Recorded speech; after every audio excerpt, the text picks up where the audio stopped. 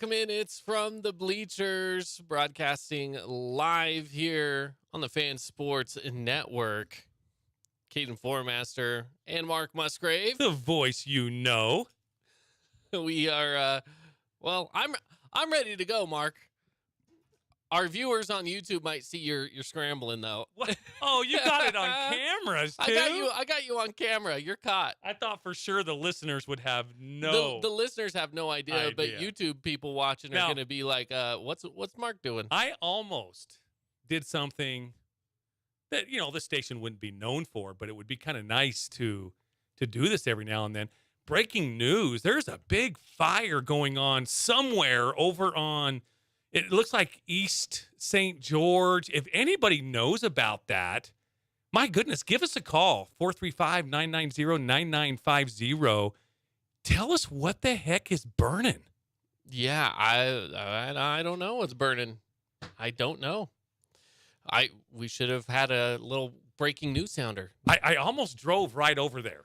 Just to go see what it was? Yeah, and then just called into the station and said, gave a breaking news, and Caden, I'm over here at wherever, breaking news, there's a big fire, stay away, or whatever. Yeah. I should have done it. I'm regretting my decision. I should have done it. I know, you should have done it. What were you thinking? I don't know. That would have been kind of cool. What were you thinking?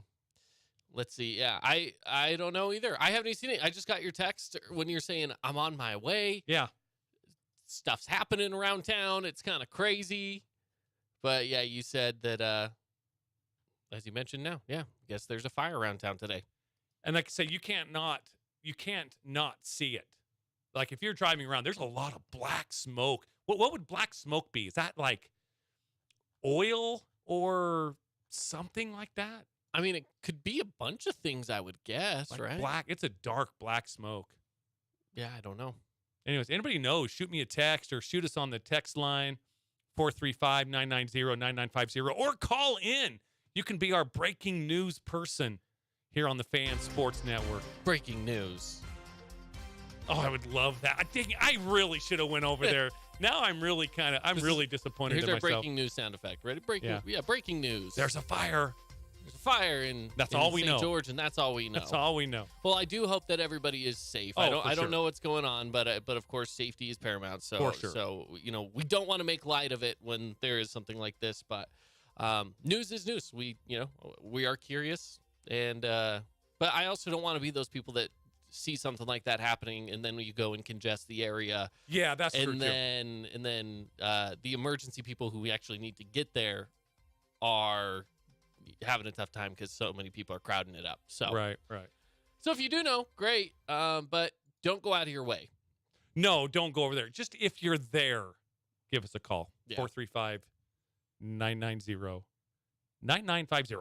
Yeah, or you could send in a text as well if you don't feel comfortable being on air. I just want to know what it is. That's the thing. Yeah. Curiosity. Curiosity killed the cat, though. Oh, I know. Uh-huh. I'm curious if the Warriors are going to get back in this series. I am curious about that. Yeah, well, we're going to be talking about that today. We'll get there. Don't worry about that.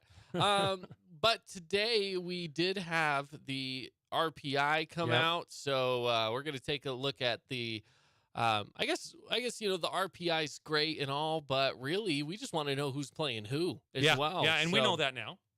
So we have that, which is always fun. It's always fun to dive into those things and see who's playing who. So why don't we just get on into it, shall we? Yeah, let's do it. All right, so here we go. Let's jump on in. And if you are able to, I always suggest people, if you're listening on the radio, we love our radio listeners.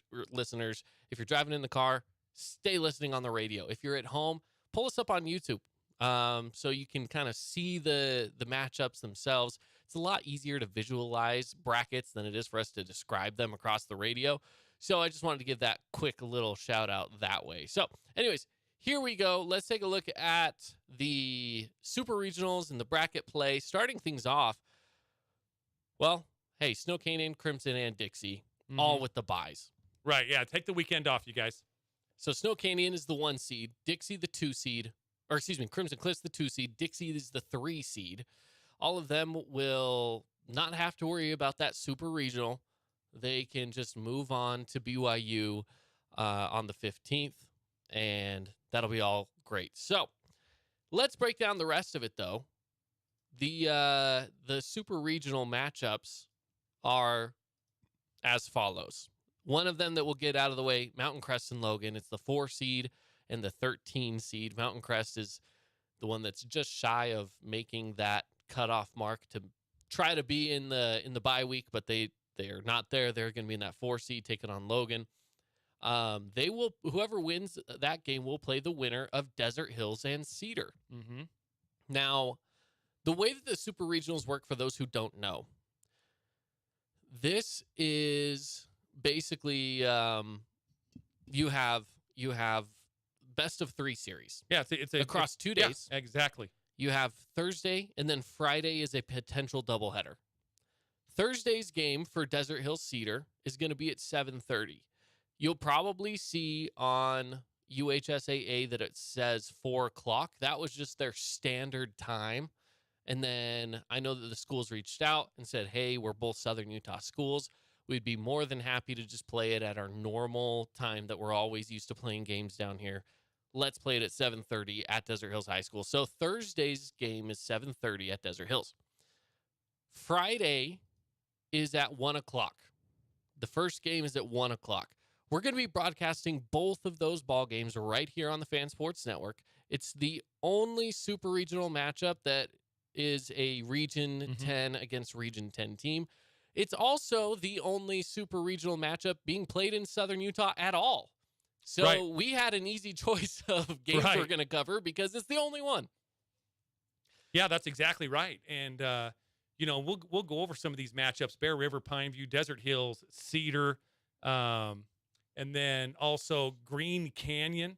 Hurricane's going to have to travel up there. That was one of those matchups where we thought, maybe if Hurricane can actually, no, it was the Bear River Pineview that we thought might be switched, where maybe Bear River comes down to play Pineview. Hurricane was always going to have to travel up to Green Canyon. And then the last one on the schedule, you got Ridgeline and Skyview. Ridgeline, Skyview is the last one, yes. So Bear River, Pineview, whoever wins through that one, which, by the way, that's the 8-9 matchup. I think Pineview has a decent shot. I'm not going to count them out by any means. They would go on to face Snow Canyon. Desert Hills Cedar, winner of that, will go on to face Mountain Crest or Logan. I'm going to safely assume it's Mountain Crest. Logan hasn't won a game at all this year. That would certainly be the safe guess. If they haven't won a game all year and they somehow win 2 in the Super Regional, that would be the shock of a lifetime. You are going out on a limb here, Caden. I'm picking Mountain Crest. I know, right?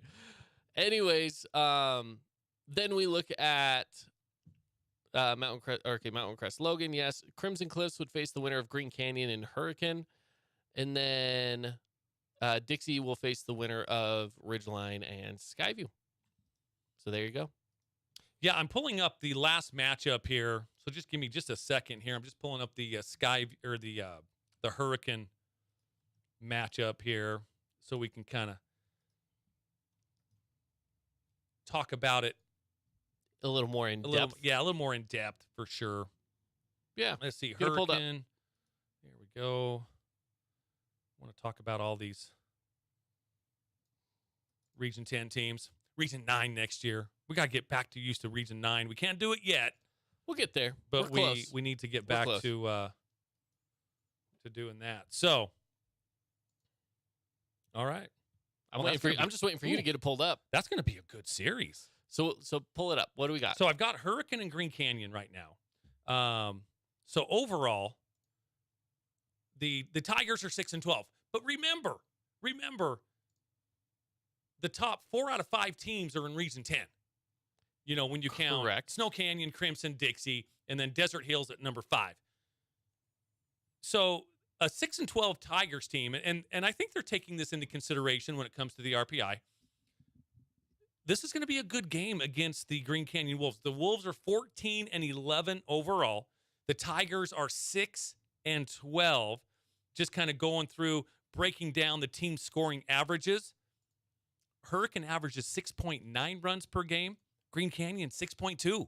This is going to be a very close series, I believe. It's one of those series that could definitely go 3 games. You think so? I do. I think they can do that. Hurricane batting average is 259 compared to Green Canyon's 272. Not that too far off. Yeah, that's not bad. On base percentage, almost even across the board. 405 for Hurricane, 410 for Green Canyon. Okay. Slugging percentage, Hurricane actually has a higher slugging percentage, which means some of those hits are more doubles and triples than Green Canyon's. 400 slugging percentage for Hurricane, 378 for Green Canyon. So yeah, it's.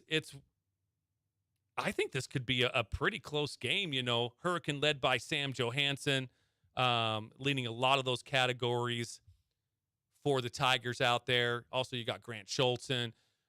You've got a couple other players out there that the Wolves are going to have to account for. On the Green Canyon side, your favorite player, Coleman Bob. He's just got a good name. He's actually, he's batting 410. We talked about him a little bit yesterday because he was in that top 10 of batting average or slugging percentage, one of the two. Right. So yeah, it's this could be a very good matchup. It could be. It very well could be. I like this one. I like it too.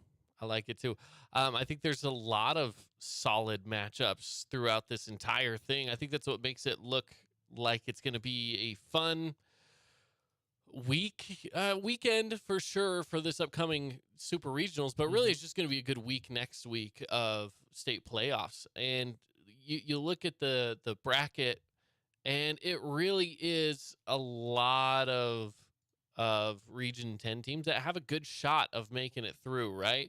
You know, pulling up that bracket again. Snow Canyon, yeah, you know what? If they're taking on Bear River or Pineview, they've played against Pineview very well this season. We know that. So they have a chance there. And if if Pineview gets through, if Bear River gets through, again, I don't foresee them having really too many troubles against Bear River team. And even Desert Hills Cedar, I would assume based off of just what's happened this year that Desert Hills is going to be a pretty highly favored against Cedar, of course. You never know. They will be favored. However, we always talk about this more so in basketball and football, but it has to account a little bit in baseball. Maybe not as much, but it does account for something, I believe. Head-to-head this year, Desert Hills is 3-0. Yes. So, we always talk about that. It's always difficult beating a team 3 times. Well, they've done that. So they've kind of crossed that barrier, and they were all with the exception of game 3, they were all 10-run games. It was the first one back in preseason, back on March 25th. It was 10-0 Desert Hills. And then their first region game, April 4th, it was 12-2 Desert Hills. And again, that was all these games were held at Desert Hills because of the weather up in Cedar. And then the third game where Cedar was the home game, but on Desert Hills field, Desert Hills beats them 9-0. So, pretty dominant wins by the Thunder. Now that could work in two different ways. Yeah. It's going to put that little chip on Cedar's shoulder saying, oh, good, we get another shot at Desert Hills. Let's go take advantage of it. And then also, too, on the Desert Hills side, it could be like, oh, we beat these guys 3 times. Really pretty much the 10-run rule every single time. We don't have to play that hard. Yeah, you could look at it one of two ways. You can't. Desert Hills can't overlook Cedar. They need to go into this 3-game series like they've never played them before because they're playing for advancing. I was going to say they need to play like they need to advance. Well, this is an advancement series. They need to play like that. They need to play like, win or stay home or lose and stay home because you will. Win or go home. Yeah. However you want to call it. I mean, you're exactly right because that is what it is. It's win or go home. Now there's some team stats here. Batting average, Desert Hills 311, Cedar 239. On base percentage, Desert Hills 456, Cedar 366. Slugging percentage, Desert Hills 459, Cedar 321. So, all of the offensive categories really leaning towards Desert Hills for sure.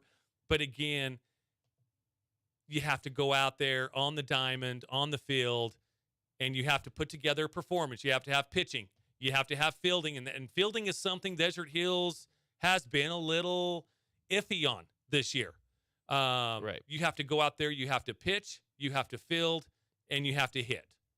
Now, their hitting has been doing so much better in the past couple of weeks. No question about it. They need to keep that going. That big win against Dixie at the end of region, that should be a nice catapult into the super regionals here. We'll see what happens. But Cedar, again, they've just gotten a little bit better and a little bit better. Remember, the first 2 weeks of the season, they couldn't even practice. We're talking about practice. They couldn't even practice on their infield up there. You're right. So this isn't going to be really the same Cedar team that they saw before, because now they've had some reps on the infield. They've had some reps in the outfield. Obviously, they've had live ABs all through region play. But so Desert Hills, you're not playing the same Cedar team, even though you are playing the same Cedar team. This isn't going to be the same Cedar team you faced in week 2, I think it was, of region play. Right. It's not the same one that you're going to be used to. Yeah.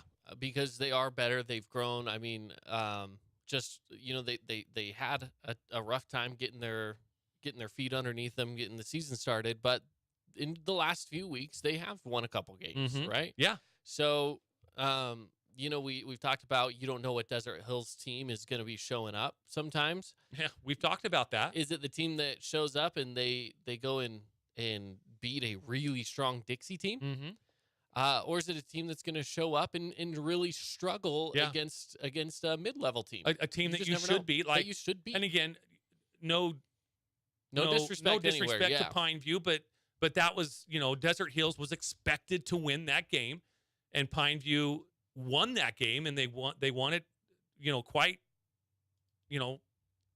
quite satisfactory. I mean, they did. They took it to Desert Hills, and hats off to them. But that was a Desert Hills team that's like, we've talked about this before. I've seen every single game except for like 2. Between broadcasting and PA announcing. Obviously my son plays for Desert Hills. Is Desert Hills like the team that beat Dixie?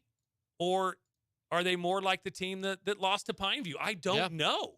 And that's the thing. I've seen this team play so many times. I still don't know how good they are, and I don't know how bad they are or how they could be. So I don't know either. Obviously, I'm hoping that they are the team that beat Dixie. Yeah. You want for Desert Hills fans, you want the team to beat Dixie. That's what you're looking for the whole tournament, because if that's the case, they have a pretty solid shot of at least making a lot of noise. Mm-hmm.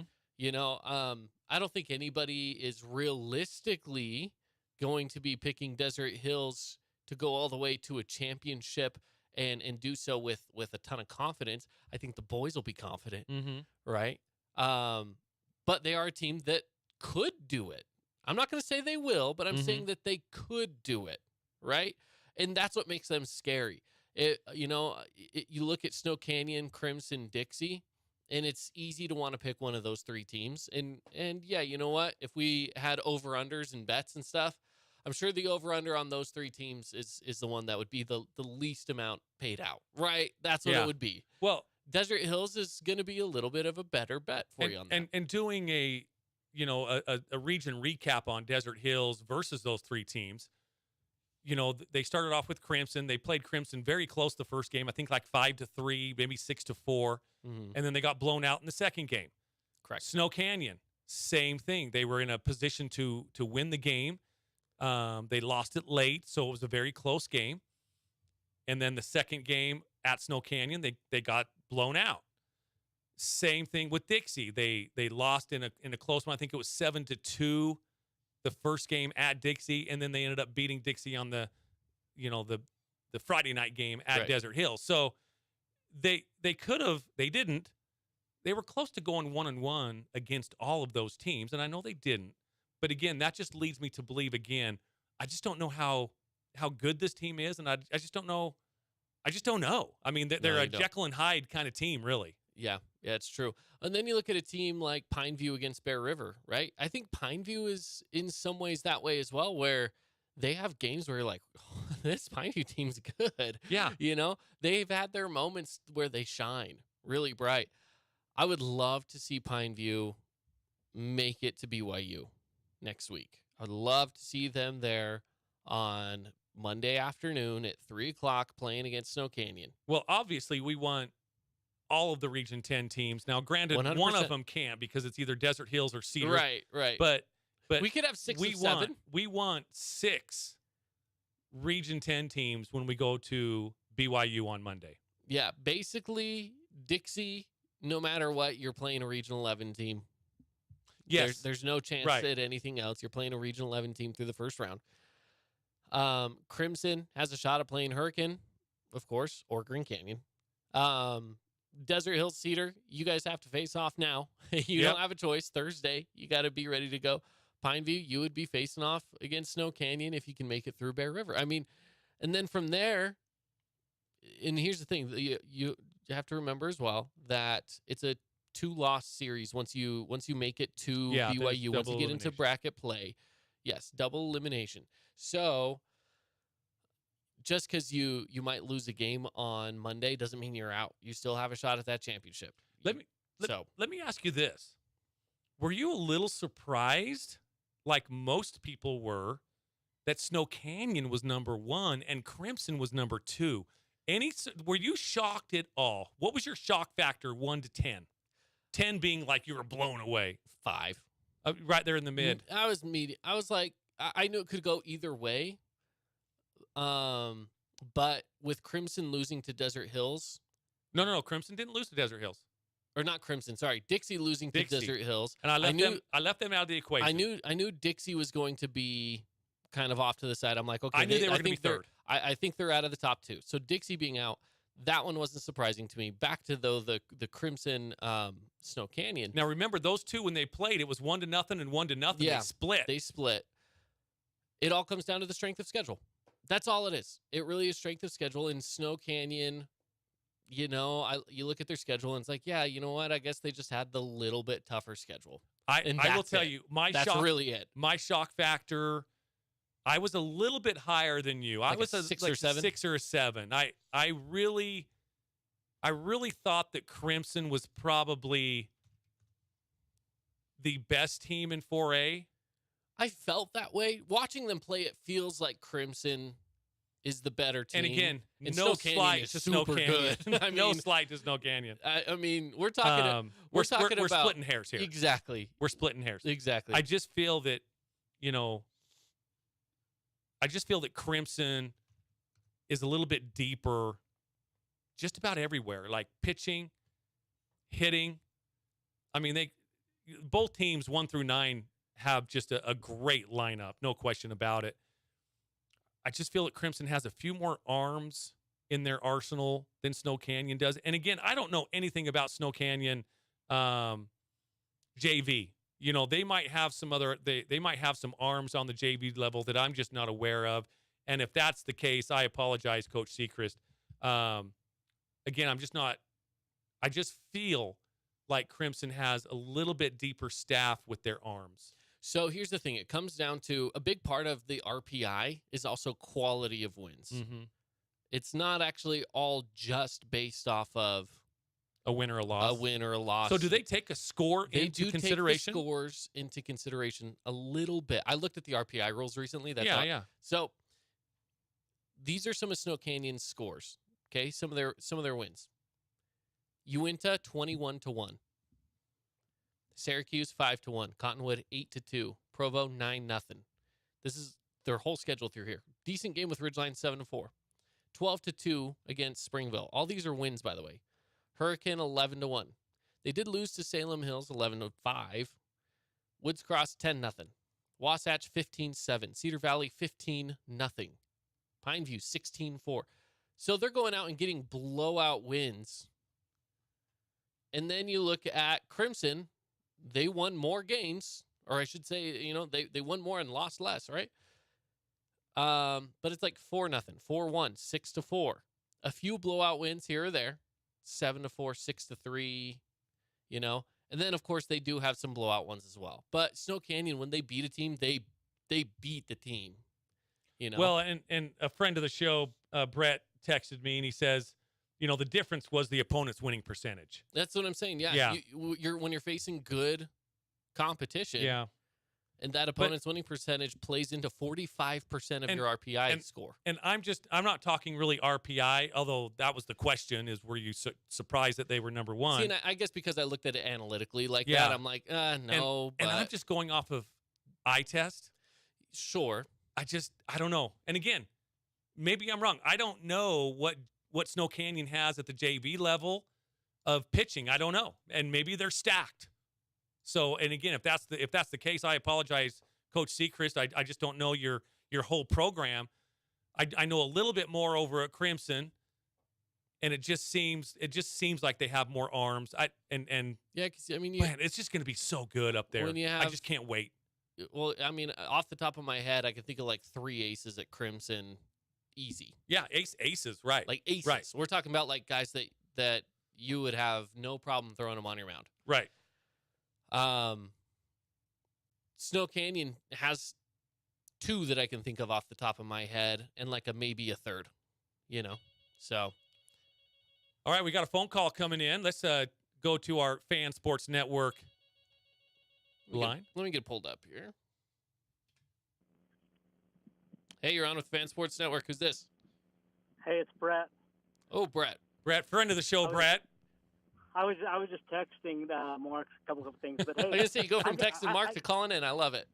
Here's one thing that's interesting. I don't know if you guys have thought ahead or not, but say it goes chalk first round, which we're assuming Crimson's going to end up playing Dixie, right? On well, that would be on Tuesday.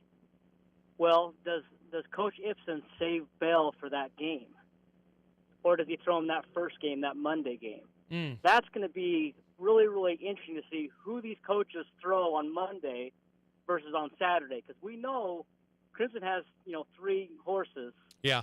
And I think Dixie has 1, and I think Snow Canyon's kind of soft off the board. But that Tuesday game, do you save Bell for that game? Now Desert Hills got Bell last week. I mean, Mark knows that. Yeah. But right. Bell has been a great pitcher. Absolutely. Yeah. Outside of that Crimson, or outside of that Dixie game with Dixie Desert Hills, Kason Bell's been one of the, if not maybe even the best pitcher in the state. Yeah, lights out. He's been so good, Brett. And also, that's a very good point. I mean, so Monday Dixie's probably going to play like a Mountain Crest, or one of those that 6 seed, whoever it is. Ridgeline. Do they throw their number 2 against Ridgeline and risk losing to save Bell for Crimson, assuming everything goes chalk? And this is where the coaches really have to really sit down and think this through. Now, Brett, what would you do if you were one of the head coaches? I'll tell you what I would do. I want to listen to your answer first, though. Oh, well, okay. So me first. Yeah. Well, let me tell you. I think if you only have 1 horse, your desire is to win the whole thing. I think you have to win the first 2 games. I believe you need 3 days of rest. So I think if he throws on Tuesday, he could still throw again on Friday. Mm-hmm. So I think you have to take the risk. If you're Dixie, I think you throw your number 2 on Monday. Then you throw Bell on Tuesday. Now, if you're Crimson, I really don't think. I think it matters. You probably have to look back and see how your how it was against Dixie. But you have to win the first 2 games. You lose the first 2 games, you go up to that losers bracket, you are in trouble. And that doesn't matter who it is. Right. You could be Snow Canyon, you could be Desert Hills, whoever you are. You cannot lose the first 2 games and expect to win the entire thing, because, like you said, I mean, most people have going with 3 and 4 pitchers. You lose, you're getting into your JV staff, and obviously they're on the JV staff for a reason. Mm-hmm. Right, and once you get into the loser side, you are playing an extra game. I think with me, that's my feeling. I know, and I don't think really anything is wrong here. I start Bell on Monday. I start my ace on Monday because you got to win that game to advance. Hey, and you got to hope for the best. Maybe you get out to a big lead. You can pull him, before the 61 pitches, and he only has 2 days to rest. I know that still wouldn't get him in line to pitch against Dixie, but to pitch for Dixie against Crimson. But I think I go with what's been working all year long. I pitch my ace first, and then I go with whatever. Braxton Yates has been throwing really well for Dixie. I don't know. I don't. This is where the coaches really that Jake kid. Yeah, Andreas. Jake Andreas pitched so good. He pitched a great game against Desert Hills. So, but also, I mean, we don't really know in Region 11. I mean, we have no idea. Well, I guess we kind of have an idea, but we think that our top 4 teams are going to dominate their top 4 teams. Mm-hmm. Yeah. Right. Be. I mean, yes. We're assuming our 4 teams are head and shoulders of your 4 teams, and let's go. I mean, so is it an easy game to knock them off? I don't know. It's interesting. Yeah, we were talking about that yesterday, where we think, it wouldn't be a shocker if the full semis, certainly the final, but even the semis might be all Region 10 teams. I don't think I would be shocked at all. Yeah, I agree. Brett, thanks for calling in. All right, guys. Thanks. Bye. Thanks, Brett. Good reminder that people can call in and talk to us. Absolutely. Especially with our phones working now. I know phones working. We can dial out. They can dial in now. Yeah, for a while, only people could call in and we could not call out. Right. So we got that fixed. That's good. Oh, man. Well, we need to take a break. We've been talking for the half an hour now. So I guess we do. So we should probably take a break. We'll talk more, though. We still got a long show to go. We still got a lot of time left. So hopefully there's a Fabulous Freddy's commercial coming on here. Thanks maybe. again, Brett. There you go. All right. We'll be back after this here on the Fan Sports Network. Stick around.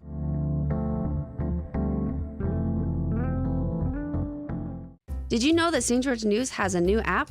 Download the St. George News app today and stay up to date on everything happening in Southern Utah. Get instant notifications on news, weather, sports, and more. Download the app today and get your local news now.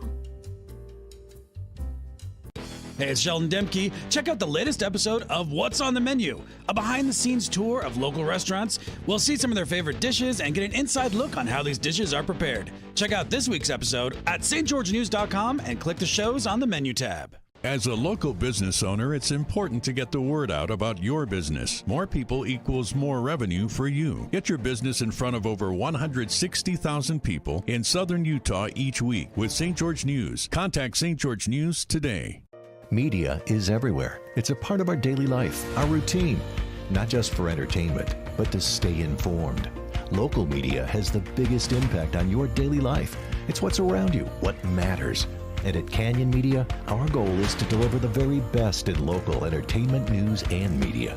From our award-winning radio stations like 99.9 Coney Country to Southern Utah's #1 source for local news, St. George News, we believe in delivering free, fast, and accurate local news, entertainment, and information to all of Southern Utah through our entertaining on-air personalities and music, compelling local shows, and community events like the City of St. George 4th of July celebration and charitable events like Coney Coins for Kids. From our entire team of dedicated designers, videographers, salespeople, digital marketers, writers, and on-air talent, thank you for letting us be a part of your daily life. Canyon Media, here for you.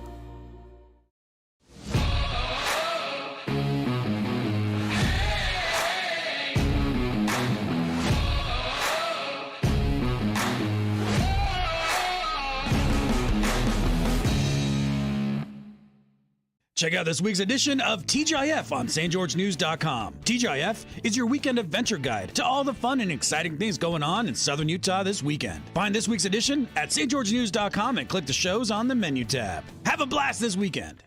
Hey, it's Caden Formaster. And Mark Musgrave, the voice you know with the Fan Sports Network. Check out our local sports radio show From the Bleachers live every weekday from 4 to 6 p.m. Listen to us on the radio on 99.5 or 95.3 FM. You can also listen through the Fan Sports Network app or watch the show live on the Fan Sports Network YouTube page. The Fan Sports Network is your home of Utah Tech Trailblazers, high school sports, and the pros. The Fan Sports Network, Southern Utah's home for local sports.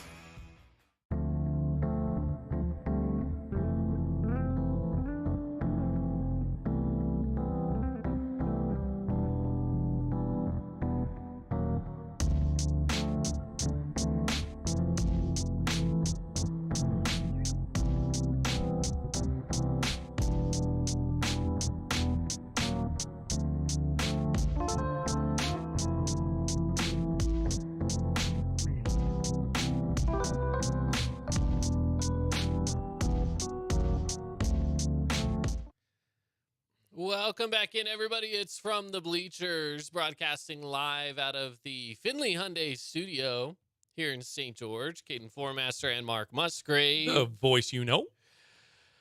Well, Mark, we haven't got around to it yet, but let's get into it. We're going to talk about the softball matchups as well. Softball RPI scores and the brackets are also out right now. So let's dive into that. Only one Region 10 team is going to be getting the bye.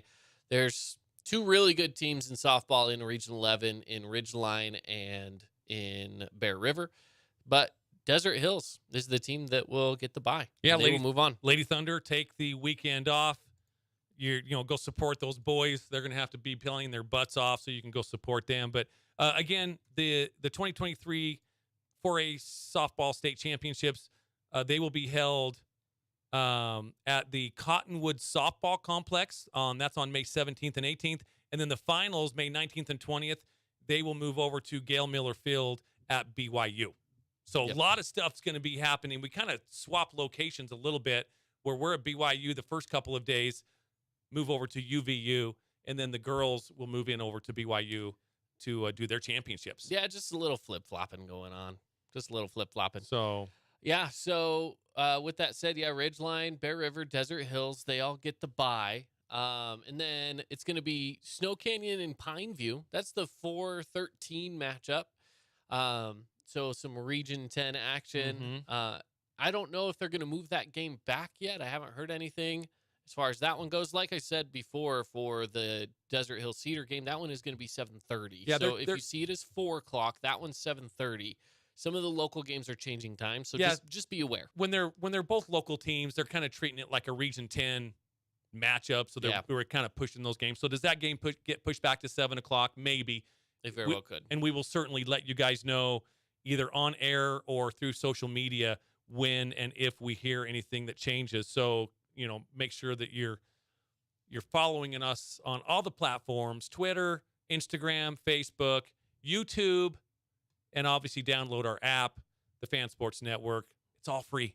Yeah, it's all free. Every single bit of it is absolutely free. So we're going to be giving you guys some great information, starting this weekend and then through all of next week. Cannot wait. But yeah, this Panthers-Warriors matchup, Lady Panthers, Lady Warriors, Snow Canyon pretty much dominated both games that they played against the Lady Panthers this year. First game back on March 28th was 15-3. Second game on March 31st was 15-0. Lady Warriors average about 8.3 runs a game. Pineview averages 6.1. This should definitely lean towards the Lady Warriors. Does it go 3? The big question is, does it go 3 games? Just by looking at those outcomes. Now, those were early in the season. Those were back in March. Right. So, we'll just have to wait to see what happens. Obviously, I like the Lady Warriors' chances in that series. They are a really good team. Yeah, they are. I think that Snow Canyon really has everything to lose here, I would say. So Pineview better go out there and they got to play hard, right? Snow Canyon, though, you can never walk your way through playoffs. You have to take every series seriously, every game seriously. So, but again, being a 4 seed, you kind of get that luxury of being the highest ranked seed in the super regionals. So, that's one stretch of luck. If you're going to say, hey, if we don't get the bye, at least, you have 3 games to prove that you deserve to be in the top 4. So now I don't think softball, they don't have any pitching rules, do they? I don't know if they do or not. I don't think they do. I don't know. Just different mechanics and stuff. Exactly. I don't think they do either. So really, you don't really have to worry about your pitchers in that super regionals round. I think you can go with whoever and they can throw as much. If we're wrong, let us know. But I don't think that there's any pitching rules for softball. I don't think so either. Crimson Cliffs is the 5 seed, going to be taking on Green Canyon. So the Snow Canyon is going to be Snow Canyon, Pineview. It's at Snow Canyon. Crimson Cliffs, again, being a 5th seed, it'll be at Crimson Cliffs. against Green Canyon. That game will more than likely stick around that 4:00 time, would be my guess. Just because that's where it's an out-of-town team. I wouldn't be surprised if they keep it around 4:00. But it's interesting too. It's not like that out-of-town team has to they're go not traveling. back. They're not going back. That's what I thought was really weird about this. No one's traveling. But I wonder if it's to take into consideration the teams that don't have lights. But we all have lights down here. We all have lights down here. And they want everyone to be on the same page across the entire state. And then they divvy out different times based on requests. That's my only guess. I have no idea, but that would be what I would think it's based on. I think they just threw out a time at 4:00. I mean, maybe.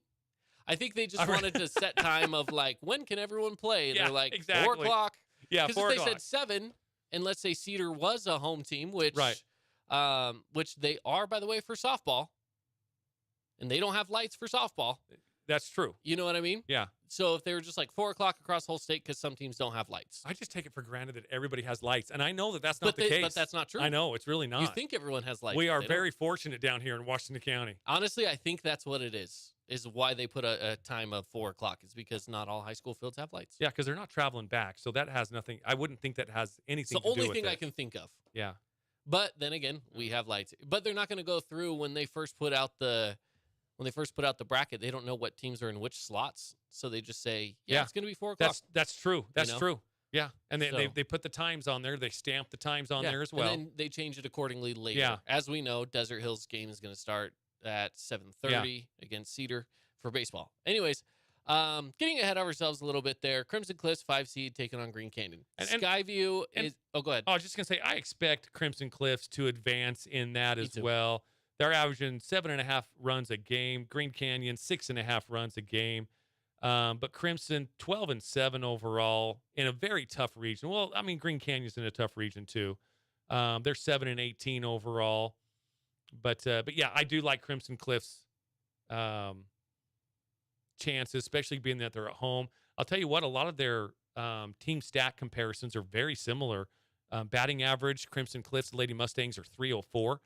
Lady Wolves are 301. On base percentage, Lady Mustangs, a little bit more of a gap there, 447 to 400 to the Lady Wolves. Slugging percentage, 506 for the Lady Mustangs, 385 for Green Canyon. But yeah, this could be a 3-game set.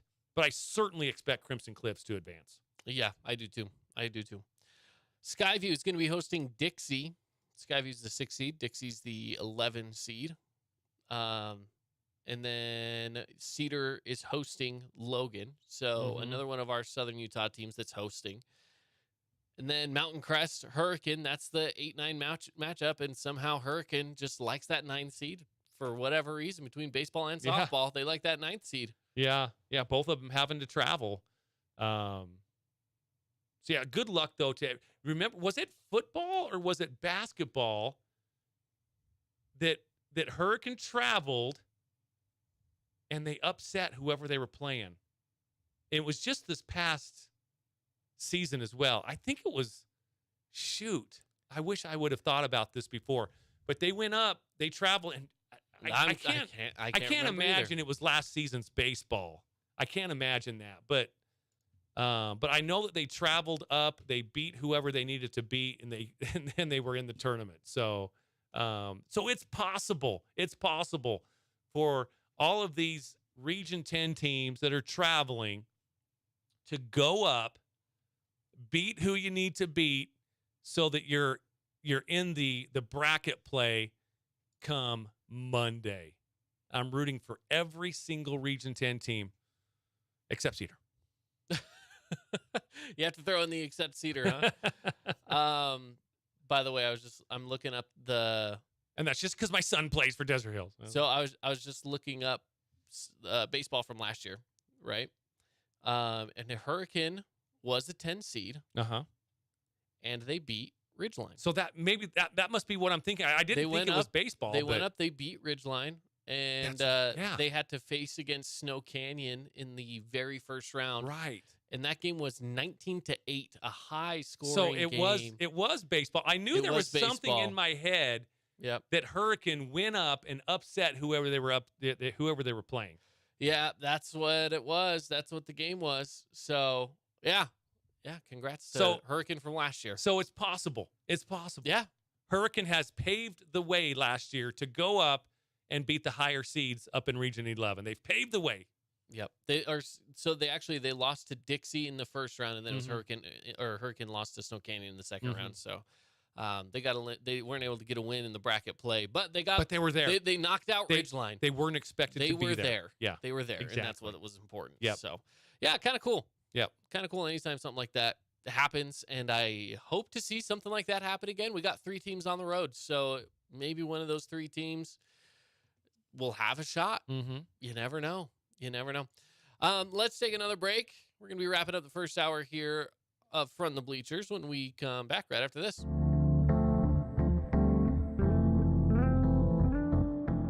Did you know that St. George News has a new app?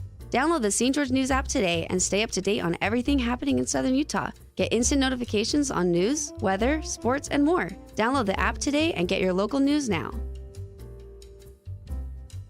Hey, it's Sheldon Demke. Check out the latest episode of What's on the Menu, a behind-the-scenes tour of local restaurants. We'll see some of their favorite dishes and get an inside look on how these dishes are prepared. Check out this week's episode at stgeorgenews.com and click the shows on the menu tab. As a local business owner, it's important to get the word out about your business. More people equals more revenue for you. Get your business in front of over 160,000 people in southern Utah each week with St. George News. Contact St. George News today. Media is everywhere. It's a part of our daily life, our routine. Not just for entertainment, but to stay informed. Local media has the biggest impact on your daily life. It's what's around you, what matters.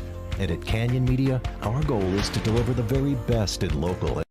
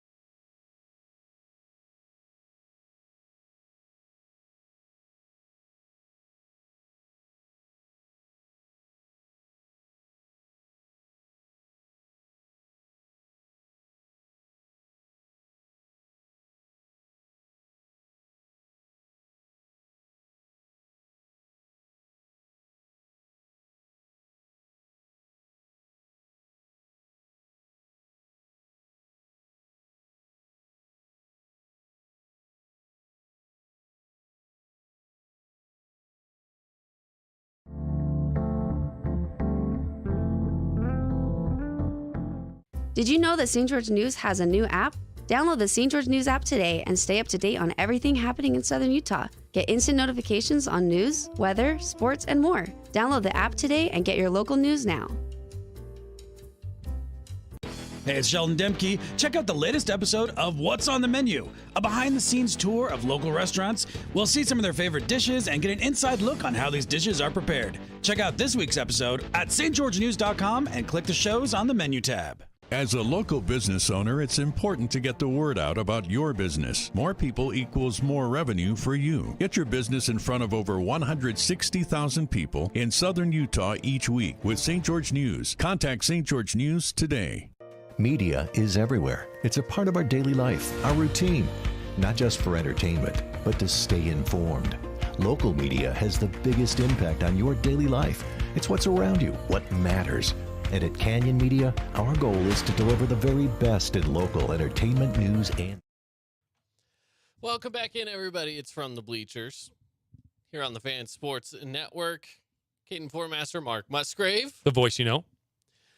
So, Mark, yesterday after the show, I went to the movies. You were going to see a Marvel release. I went to go see Guardians of the Galaxy. Yep. Now, we were talking... You know my thoughts on Marvel. They almost had me out of the whole MCU because I did not like Thor, Love and Thunder at all. That wasn't a good movie. At all. I did not a not good like movie. the Black Panther Wakanda Forever. See, and I did like that one. Oh but my God, it was long. To me, it was just like it was a one-time watch movie. Shoot I don't me in the need head. to watch. I don't need to watch that one again. Shoot me in the head. That was bad. That bad for you, huh? Yes, I did not enjoy that at all. Yeah, I don't need to see that one anymore. Now, Ant-Man Quantumania, I did like that one quite a bit better than Black Panther, obviously. Still wasn't my favorite, but I did like it. Better than Thor: Love and Thunder. Oh my God, yes. So Marvel kind of, they were, I was almost out on the whole MCU. Ant-Man brought me back in a little bit. You're saying that I should go see Guardians of the Galaxy. You got to see Guardians. Okay. No spoilers. Okay. I'm not giving spoilers. So if you're listening and you're wondering, Is Thor in it? You want the spoiler if Thor is in it or not? I'll tell you this: Thor is not in the movie. Okay. This is not a Thor related movie at all. They have parted their ways. Okay. All right. And no, Thor is not in this movie. Okay. It is the normal. It's your Guardians of normal the Guardians Galaxy. of the Galaxy. Is this- Gamora in it? Is that a spoiler? She's in the previews. If you've seen the trailers, she's in the trailers.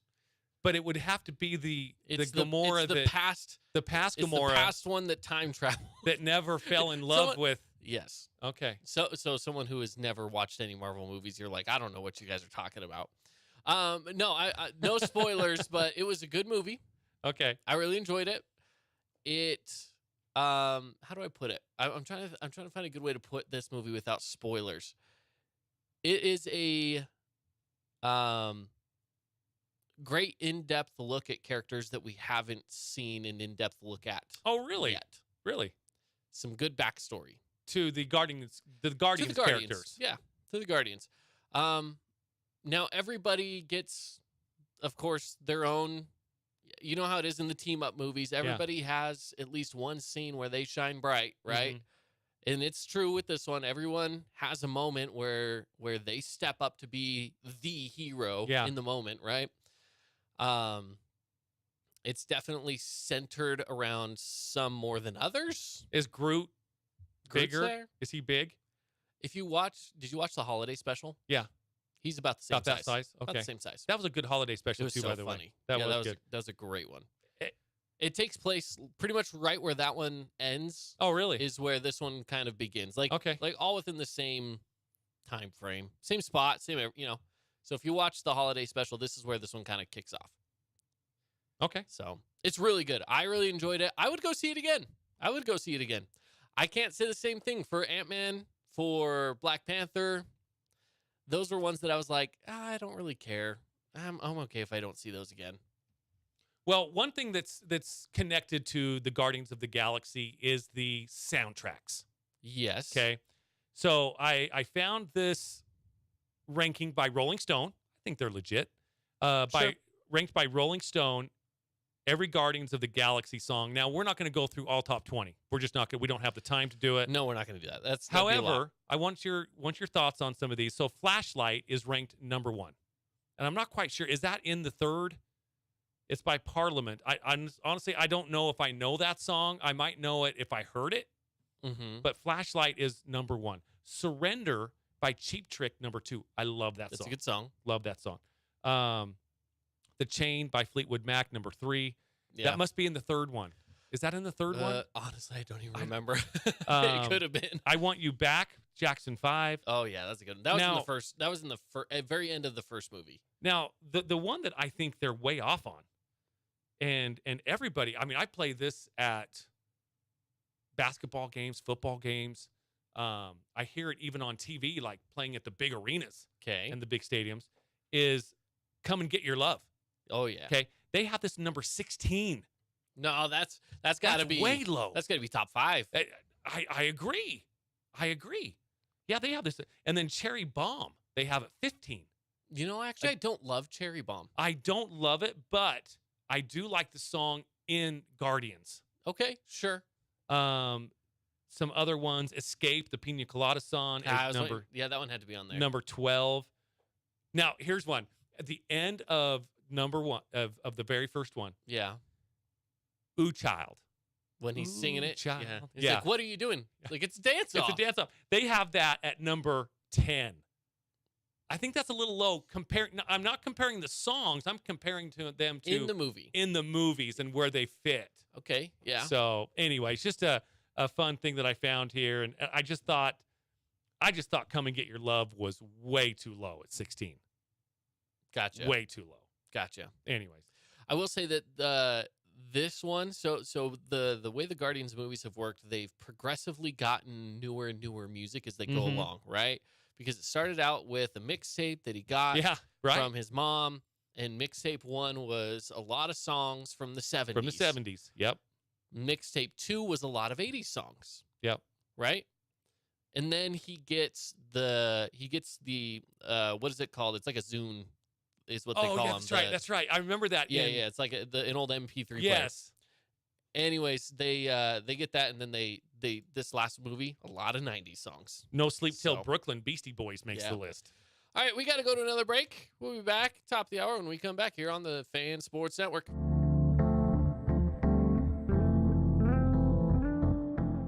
Did you know that St. George News has a new app? Download the St. George News app today and stay up to date on everything happening in Southern Utah. Get instant notifications on news, weather, sports, and more. Download the app today and get your local news now.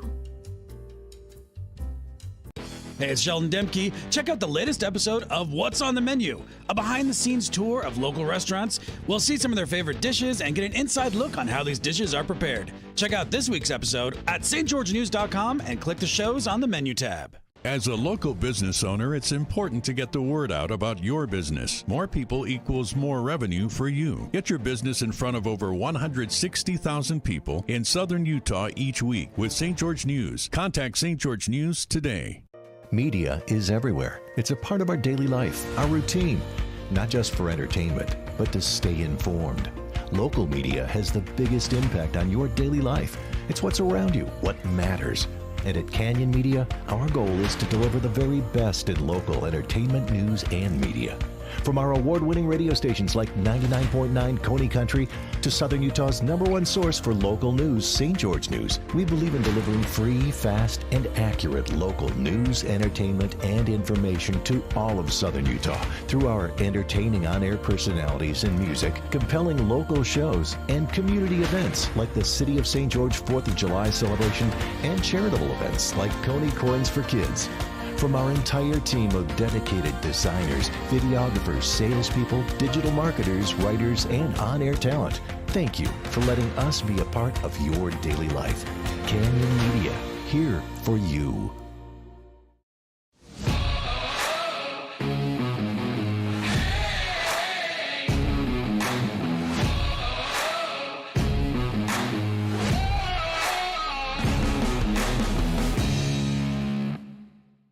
Check out this week's edition of TGIF on stgeorgenews.com. TGIF is your weekend adventure guide to all the fun and exciting things going on in southern Utah this weekend. Find this week's edition at stgeorgenews.com and click the shows on the menu tab. Have a blast this weekend. Hey, it's Caden Formaster. And Mark Musgrave, the voice you know with the Fan Sports Network. Check out our local sports radio show From the Bleachers live every weekday from 4 to 6 p.m. Listen to us on the radio on 99.5 or 95.3 FM. You can also listen through the Fan Sports Network app or watch the show live on the Fan Sports Network YouTube page. The Fan Sports Network is your home of Utah Tech Trailblazers, high school sports, and the pros. The Fan Sports Network, Southern Utah's home for local sports.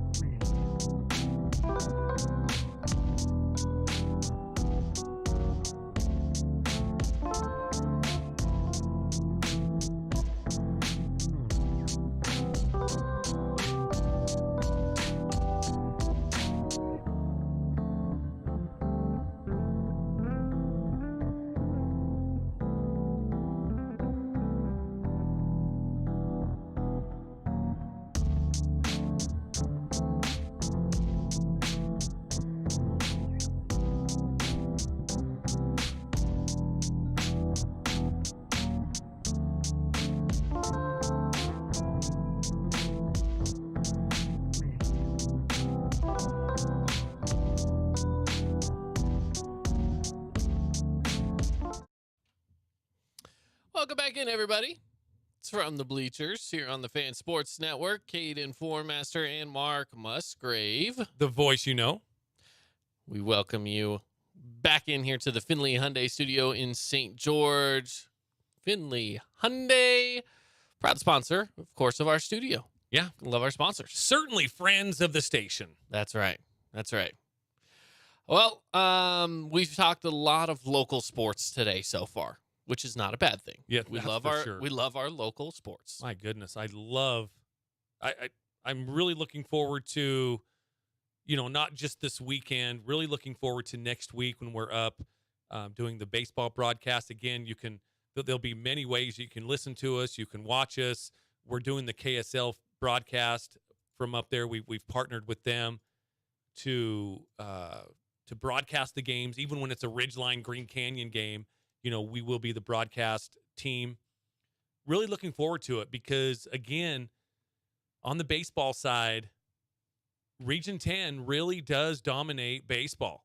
I would be shocked, literally shocked, if the winner of the 4A state championship isn't a Region 10 team. I think I would be just as shocked if it's not an all Region 10 final. Yeah. I'm right there with you. I think that's very possible. I mean, it could happen. And the RPI kind of states it. You've the top 3 RPI finishers are all Region 10, Snow Canyon, Crimson, and Dixie. By the way, I just got an email, switching gears a little, still talking Region 10. Okay. I just got an email from our contacts of our good friends at KSL. Yeah. And they just barely sent me, they said, hey, we're broadcasting 4A soccer. Here's the links for the games on Thursday. So, since they sent me the links, I'm going to go put them up on our website. So if you want to watch the soccer games, then we'll make it easy for you. Just follow us on social media. We'll post it over on the Fan Sports Network. We'll give you all the links over there. So you could go to thefansportsnetwork.com and watch Thursday's soccer games. Now, the schedule at Thursday at 10 o'clock in the morning, Dixie's playing Green Canyon. Mm-hmm. And then at 12:30, it's Crimson Cliffs and Mountain Crest. Okay. So, and then also Bear River Live is going to be live streaming the game for Bear River and Pineview on Thursday. Okay. So we will have access to that game as well, and that's going to be Thursday at 4. So we will have that game over on the Fan Sports Network as well. So all of your Thursday games, and then the game that we're broadcasting as well, Desert Hills and Cedar. Yeah.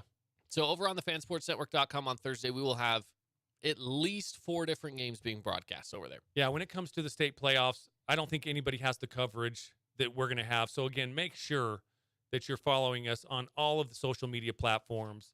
We're the Fan Sports Network on all of the platforms, whether it's Twitter, Instagram, Facebook. Make sure you're following us on YouTube as well. Subscribe to our channel. You can watch the show. I think we're kind of entertaining. I like to make faces at the camera sometimes. Yeah, we're on YouTube right now. Just go to YouTube, look up the Fan Sports Network. So, or search for From the Bleachers. I'm sure either way you'll find us. We're live right now, so you can go find us over there. Download the app. Download the app as well. Absolutely. Before we get into the next bit, I wanted to share as well that coming up in just a few months, we're going to be having our City of St. George 4th of July celebration at Greater Zion Stadium. Of course, with our good friends at Coney Country, we're a big part of that as well here at the Fan Sports Network. So if you haven't already, you can go get your tickets just on our website. Go to thefansportsnetwork.com and tickets are available right there. So you can get tickets for that. But a couple of things going on in tandem with the 4th of July around that time. For those of you that are, you're listening to talk radio right now, sports talk radio. If you listen to one of our sister stations as well in KZNU, they have Glenn Beck over there. Well, Glenn Beck's going to be in town for the 4th of July, and he's doing what's called the American Journey Experience. So this is a state-of-the-art museum, research library, and anyway, so a large portion of the museum is going to be here in St. George. Normally it's in the Dallas-Fort Worth area, but they're going to pack up a bunch of it and bring it over here so that you can experience it. It starts June 26th, goes through the 4th of July. There's going to be like a night at the museum VIP dinner. And then Glenn Beck's going to be there as well. That's on June 29th. So if you want to look into that, you want more information on that, go to unitedwepledge.org. That's unitedwepledge.org from us here at the Fan Sports Network. Love it. So, anyways, let's move on. Yeah. We got a lot to talk about still, and we're only an hour into the show, and we only have an hour left. So I feel like we are just scratching the surface on things going on right now. Of course, the NBA finals are well underway into the championships, right? Into the playoffs. And I know you have to be feeling pretty giddy right now. Yeah, that decent team out of Los Angeles, they're up 3-1. They're just decent. They are decent. They're decent. They're taking it to the Warriors, the number 6 seed. And again, who would have thought that the hero of the night, I don't know about the hero, but he hit some clutch shots. Lonnie Walker. I've always liked, ever since he was drafted, he got drafted to the Spurs. I want to say he played for Miami, if I remember correctly. But yeah, he's a kid with a lot of talent that's still trying to grow into it a little bit. Yeah, he was 6 of 9 from the field. 6 of 9 from the field. Not a bad game. 15 points. And, he had some clutch shots in the fourth quarter. I saw this little video of last night's game, a little clip. And it showed Walker hitting one of the clutch shots, and Steph watches the ball go through the net, and he turns around, and he has a look on his face like, wait, who just shot that? It's like, you? It just was kind of a funny, and it was a generic reaction too, because it was like boom, boom, boom. But yeah, pretty funny that Lonnie Walker, the fourth, is that right? Lonnie Walker the fourth? Yeah. Was one of the heroes last night. You got games from LeBron. Now, he didn't have a good shooting night. He was 10 of 25, but he ended up with 27 points. Anthony Davis, 10 of 16 with 23 points, 15 rebounds. So he had a little bit of a night there for sure. I don't see the Warriors coming back and making this a 7-game series, but I wouldn't be shocked if they did it either. No, and the Lakers did what they were supposed to do. They put themselves in a prime spot to just win the series and move on to the Western Conference Finals, which is great for them.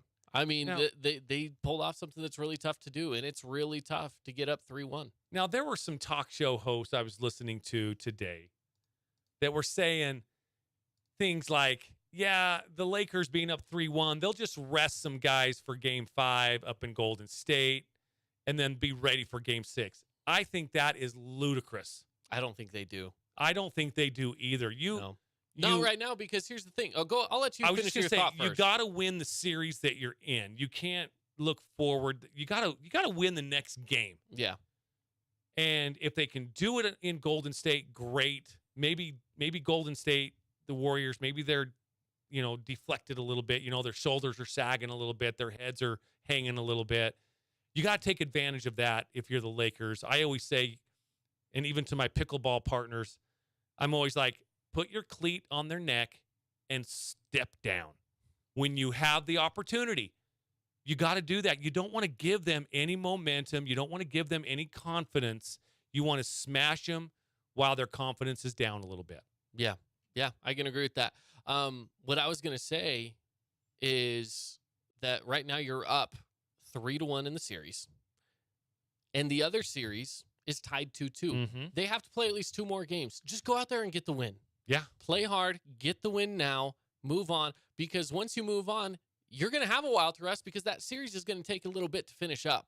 So if you want rest, you're going to still have time to rest, even if you go out and play all of your players hard right now. Yeah, I agree.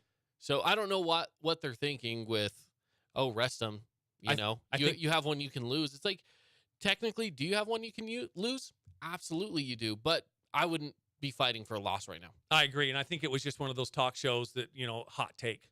It is a hot take. To kind I don't of disagree. get phone calls coming in, whether they're angry phone calls or you're a stupid phone call, that kind of thing. Because that is, I don't like to say the word stupid, but that is stupid. It is stupid. So you want, It is a little if you're the stupid. Lakers, again, you want to go into San Francisco and you want to end the series as quickly as possible. Yeah. And hopefully, for all Laker fans, they'll do that because the Lakers are one of those teams that I think will perform better with some rest. Yeah. They do have some older legs, no question about it. Yeah, they got some youngsters on there too, but, their stars are veterans for sure, and they will appreciate that extra rest. So they want to go up there, finish the Warriors off, get probably 4 or 5 days rest before the next series starts. Yeah, I agree. So, Yep, they're looking pretty good at 3-1. We have a look at the bracket right now just to kind of get an idea of where everyone's at. So just to quickly go across the league in the 4 different series that we have right now. We have the Lakers up 3-1 against the Warriors, of course. The series is tied right now between the Nuggets and the Suns in the West. And then over in the East with the Heat and the Knicks, Miami leads 3-1. Another one of those that we'll get into. And then another tied series at 2-2 between 76ers and the Celtics. Now, Mark, who would have thought that the matchups that would be the most intense and the closest, again, the 2 series that are tied at 2-2, the 76ers and Celtics. Great series. And then the Nuggets and the Suns, great series. The thing is, the ones that are sitting at 3-1, I feel like most people would have had flip-flopped. I feel like most people would have said, that series is 3-1. I guarantee you the Warriors is up 3-1 against the Lakers. Then I guarantee you the Knicks are up 3-1 against the Heat. Most people would probably say that. But that's just not the case. Yeah, that Knicks-Heat series, I don't see New York coming back from that now. Now, both of us, we were rooting for the Knicks. I don't see that the Knicks are coming back from this. Last night, 109 to 101 was the final. I just don't see how New York can come back from this. Jimmy Butler playing really well. And the one thing that the Heat are doing is they're playing as a complete team. It's like, it's probably the best team basketball I've seen since the early couple of weeks of the Utah Jazz. Seriously. Sure. They kind of had that blueprint of a team. They're sharing the ball, doing all kinds of. They had 1, 2, 3, 4 players in double digits. 5 actually. Sorry, Jimmy Butler with 27. Bam. I'm just calling Bam. Bam Adebayo. Yeah, sure. Had 23. Max Strus had 16. Caleb Martin with 10 and Kyle Lowry with 15. They're just playing really good team basketball. It's true. I like what they're able to do. We both have said that we'd be kind of rooting for the Knicks here. I got to give tons of credit to what Miami's been able to do as an 8th seed. Yeah, as an 8th seed. It's so impressive. It is so impressive. I don't know of another 8 seed that's going to do that much damage. I'm right? telling you what, there's a possibility. There is a possibility that 2 decent teams might be in the NBA Finals, the Lakers and the Heat. And so depressing. I'm not going to lie. Look. They're just decent. They're in the finals. Oh, they're just decent. They're an 8th seed team. They're 8 of 15, okay? I know. 8 of 15. That's not a good team. That is a very middle ground team. When I say that's a decent team, they played 82 games and they finished right smack dab in the middle at 8. I'm sorry, but that is just a decent team. The fact that they're going on and winning in the playoffs has more to do about the playoff mentality than it has to do about maybe the team structure itself. I totally agree. Right? And I totally agree. And I've said that from really day one of the playoffs where, you got the Lakers, you got the Warriors, you got some teams with this championship pedigree. I probably put too much into that, but that definitely comes into play. Playoff experience, championship pedigree. When you get into the playoffs, it's a different mentality. You're in the regular season, and I'm not going to say that the NBA is a marathon like the like MLB, but it's a long regular season. I think probably about 20 games too long. Right. I like that 60 game shortened season a few years back when they That's kind of they nice. did The that. 2020 I season. kind of like that. Yeah. But it's a different game. It's a different mentality, going into game 37 of the season. I mean, you could be you're a good team, say you're the Bucks or whoever. Right. You're going to go, you're going to play, you're going to win. But when you get into the playoffs and you're playing back to back to back to back, same team, it's a different animal. And I probably put too much emphasis on the championship pedigree and playoff experience, but there's definitely something there to that. Sure. No question about it. Sure. Which is going to be interesting when you look at the Nuggets Suns series because they are not championship teams. No, they're not. No, they're not. One of them is going to be fighting for the Western Conference championship, for the Western Conference title, and moving on to the finals. And with the way that the Suns looked in Phoenix, they were able to make a series out of it. I thought the Nuggets could walk through this one and win it in 4-2. Maybe 4-1, but realistically 4-2. They still could. And they still have that opportunity, right? But after watching what the Suns have been able to do in the last 2 games, they might make it a little more difficult. This might be a 7-game series. So again, this could be. This has been one of those series where home court has held. Nuggets won the first 2. They go back to Phoenix. Phoenix wins their next 2. Tonight they are in Denver, back in Denver. So again, they have the serve. Will they be able to hold serve? I think they will. Yeah. I think they will. But again, and it was a quote from somebody way back when. I don't know who said it. But a series doesn't begin until a road team wins on the road. That's when a series begins. Yeah. So this series really hasn't even begun yet because everybody's won their home games. Home court has held. We'll see if that changes tonight. I expect it to. And then Denver can go into Phoenix on the 11th, I believe, would be their next game. Yeah, the 11th. And again, going back to your prediction of maybe that 4-2. Yeah.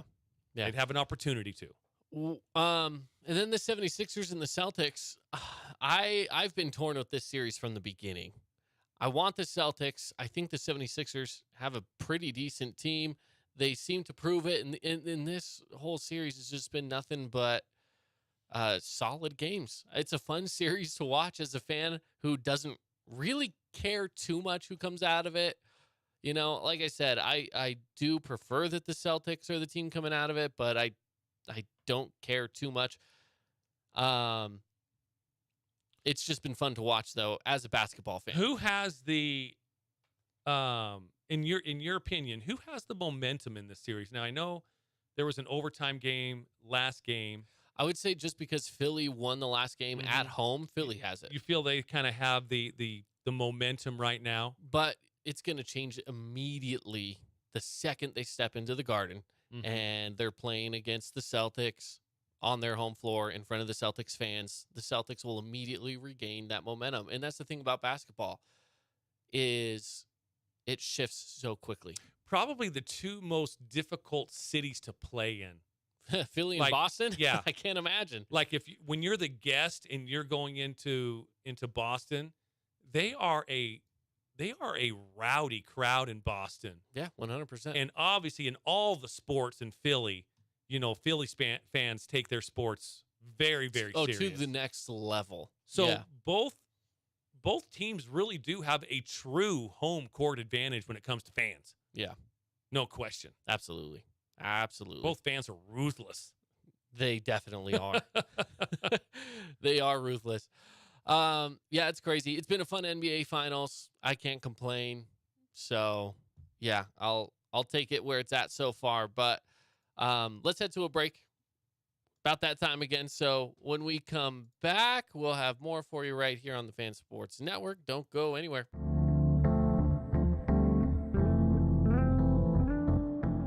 Did you know that St. George News has a new app? Download the St. George News app today and stay up to date on everything happening in Southern Utah. Get instant notifications on news, weather, sports, and more. Download the app today and get your local news now.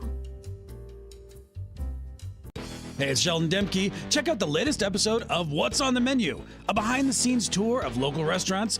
We'll see some of their favorite dishes and get an inside look on how these dishes are prepared. Check out this week's episode at stgeorgenews.com and click the shows on the menu tab. As a local business owner, it's important to get the word out about your business. More people equals more revenue for you. Get your business in front of over 160,000 people in southern Utah each week with St. George News. Contact St. George News today.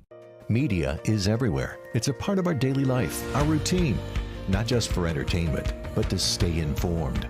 Local media has the biggest impact on your daily life. It's what's around you, what matters. And at Canyon Media, our goal is to deliver the very best in local entertainment news and media. From our award-winning radio stations like 99.9 Coney Country to Southern Utah's #1 source for local news, St. George News, we believe in delivering free, fast, and accurate local news, entertainment, and information to all of Southern Utah through our entertaining on-air personalities and music, compelling local shows, and community events like the City of St. George 4th of July celebration and charitable events like Coney Coins for Kids. From our entire team of dedicated designers, videographers, salespeople, digital marketers, writers, and on-air talent, thank you for letting us be a part of your daily life. Canyon Media, here for you.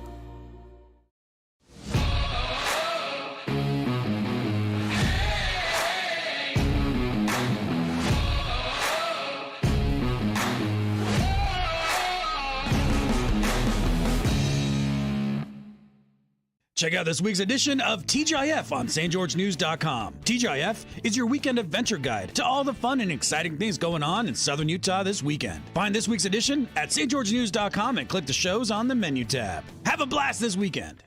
Hey, it's Caden Formaster. And Mark Musgrave, the voice you know with the Fan Sports Network. Check out our local sports radio show From the Bleachers live every weekday from 4 to 6 p.m.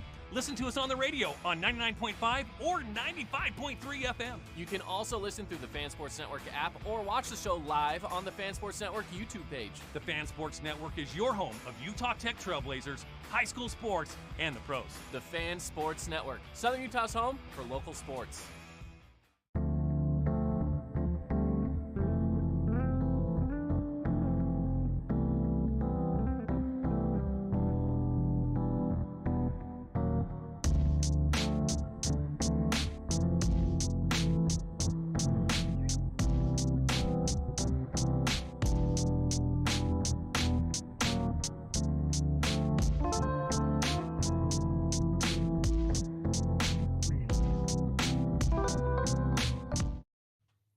Welcome back in, everybody. It's From the Bleachers here on the Fan Sports Network. Broadcasting out of the Findlay Hyundai studio, it's Caden Formaster and Mark Musgrave. The voice you know. Hey, I was just messing around on social media. There was a St. George Police Department update on that fire. It's kind of over just south of like Dino Crossing. Stay away. That was one of the things that that Tiffany from the St. George PD really kind of stressed was stay away. Don't go be a looky-loo and see what's going on. They're actually working on getting people out of there, you know, kind of trying to clear things out a little bit. So just don't be going looky-loo. Just know that there's a fire going on over there. And first responders and everybody's they're working over there pretty hard. So, and I just looked out the window. It is lighter, but there is still some smoke coming up from over that mountain where I can see. Now, correct me if I'm wrong. I don't think that she mentioned what it was that's on fire specifically. No, I did look at some of the comments because I'm usually that guy that just opens up comments and sits back with a bag of popcorn. But it looks like somebody may have been burning, may have just been burning some stuff. So I don't know if it's house. I don't know. Just it maybe, didn't say. Maybe I think someone trying to burn some weeds. Yes, spring cleaning that got out of hand, huh? Yeah. Yeah, that's too bad. That is too bad. Well, hopefully they get it figured out and just try to stay away. And if you live out in Washington Fields, normally you take Mall Drive across the river. Maybe today go around. Yeah. Go over by Summit Athletic Club or something. Or, Yeah, like one of the comments was, yep, horrible view of it out our backyard, burning on a windy day, and then a couple of emojis that weren't really smart emojis. So somebody was maybe burning on a windy day. Yeah. Is it windy out there? I haven't been outside since noon. Yeah, it is. It is. It's been, man, there's cotton. There's cotton flying everywhere. Yeah, you were just talking about it. The cottonwood trees are definitely my eyes feel loose. it because my eyes have been a little itchy today too, and I've been a little stuffed up today, just a little bit. So maybe that's what it is. It's allergies, man. That wind is kicking up out there. Even though I haven't been outside, it gets you. Yep, it gets you.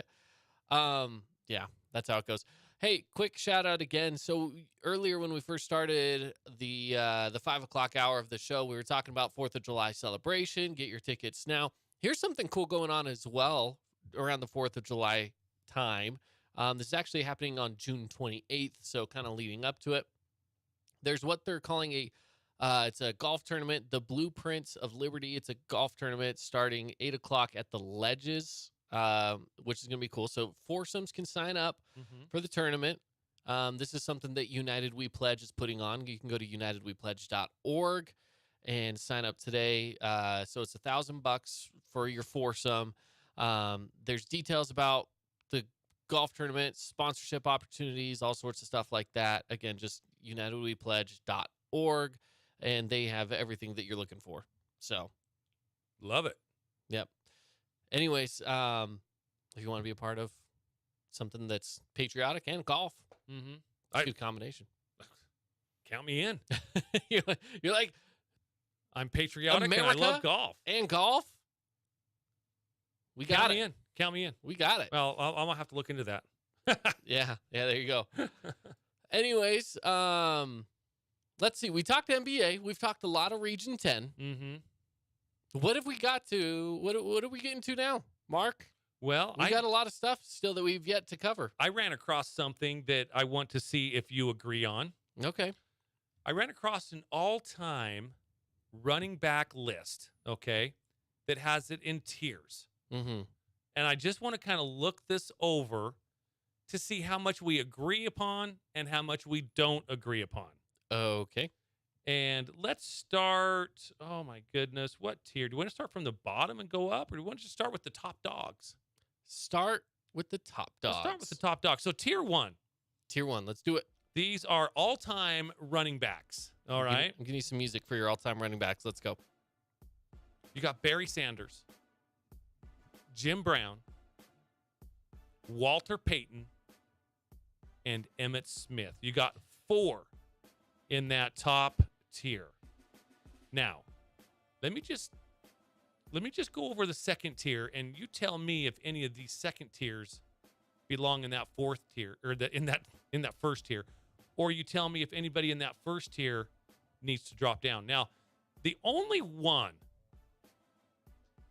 that I might say needs to drop down, and this is not his fault, but just because he had the best offensive line for so many years. And I think I could have ran for many, many yards behind that offensive line. And I'm not discounting his talent. I mean, this isn't his fault. Emmitt Smith. Now, I'm not going to take him off that top tier. That is a hot take. I'm not going to take him off the top tier, but if there was one, that's one that I would do.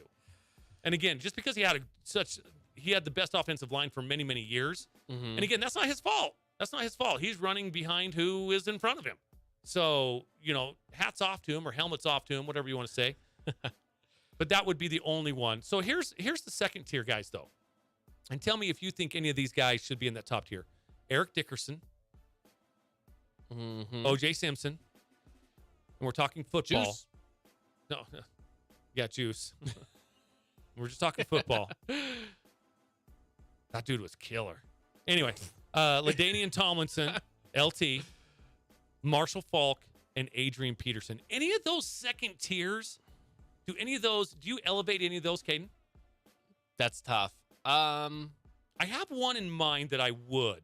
The only one that I can think of that I would maybe bump up is LT. LT's a great choice. But Adrian Peterson he rushed for so many yards too. I mean, I don't know. It's tough. And see, I'm going even just a little before that. Yeah, you're going to go Eric Dickerson. I was going to say, you're going to go Eric Dickerson. Eric Dickerson. See, and I just I'd never watched him. I'm like, I know. But again, those two, Tomlinson and Adrian Peterson were my era of football. So, and one thing that I love about LT is, and this is a reason why I might elevate him to that tier 1, is that he changed the running back position. He was really the first. I know that Roger Craig from the 49ers was one of those as well, but he didn't do it nearly as well as LT. You know, where you're an all 3 down back. Okay. You can run, you can catch, you can do everything that running backs, what they would like running backs to do nowadays. You know, those fantasy football points getters. They run, they catch, you know, all that kind of, they score touchdowns. LT was really the first one to take it to the next level and do everything exceptional. Everything exceptional. So, you know, when you get somebody that transcends their position, you know, you like to elevate them and give them their notice. Now, hey, tier 2 on this running backs all-time list is pretty darn good.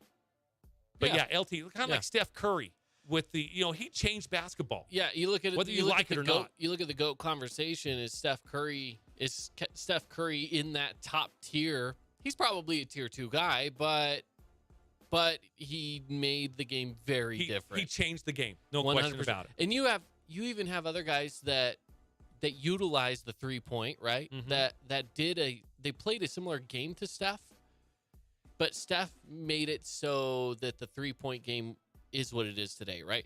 You look at like a Ray Allen, who was probably the guy before, like the one right before Steph that was like, he's the 3-point shooter guy. Mm-hmm. Oh, for sure. And then Steph came in and was like, he's like, you want to see 3-point shooters? I'll show you 3-point shooters, you know? And he came in and he elevated it. If Steph didn't exist, I think you could look at Klay Thompson and be like, man, Klay Thompson, he's on par with Ray Allen. Oh, yeah.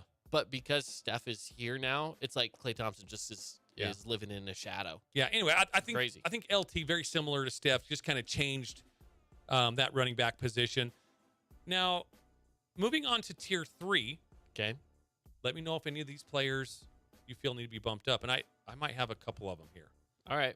Marcus Allen, Curtis Martin, Terrell Davis, Gale Sayers, Earl Campbell, Tony Dorsett, and Thurman Thomas. Now, any of these players, now most of these are from a different generation that you might not be. Yeah, a lot. I mean, I know these guys, obviously. Yeah. I couldn't tell you very many stats or really, I didn't really watch a lot of their games because I'm not going back and rewatching games from when these guys played. I guarantee you're thinking Marcus Allen, though. Here's what I do. So if I bump LT and Eric Dickerson up to that first tier, that leaves me 2 spots open on that second tier. And yes, I'm bumping up Marcus Allen and Earl Campbell. Okay. Again,